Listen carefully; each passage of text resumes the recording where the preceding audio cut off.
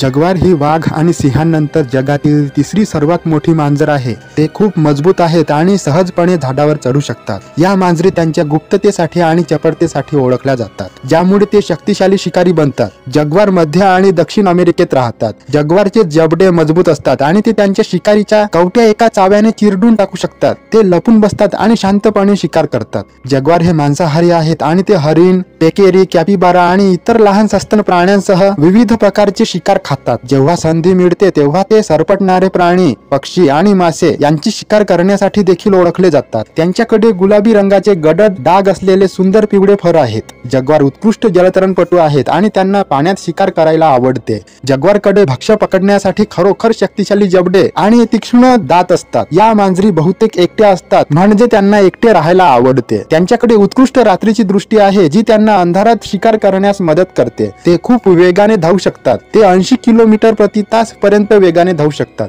इतर प्राण्यांच्या लोकसंख्येवर नियंत्रण ठेवून त्यांच्या परिसंस्थेचा समतोल राखण्यासाठी जग्वार महत्त्वाचे आहेत। जग्वारच्या मुलांना शावक म्हणतात आणि ते जन्मतः आंधळे असतात। स्वतःहून बाहेर पडण्यापूर्वी शावक सुमारे 2 वर्ष त्यांच्या आई सोबत राहतात। आई त्यांच्या शावकांची चांगली काळजी घेते, त्यांना शिकार कशी करायची आणि जगायला शिकवते।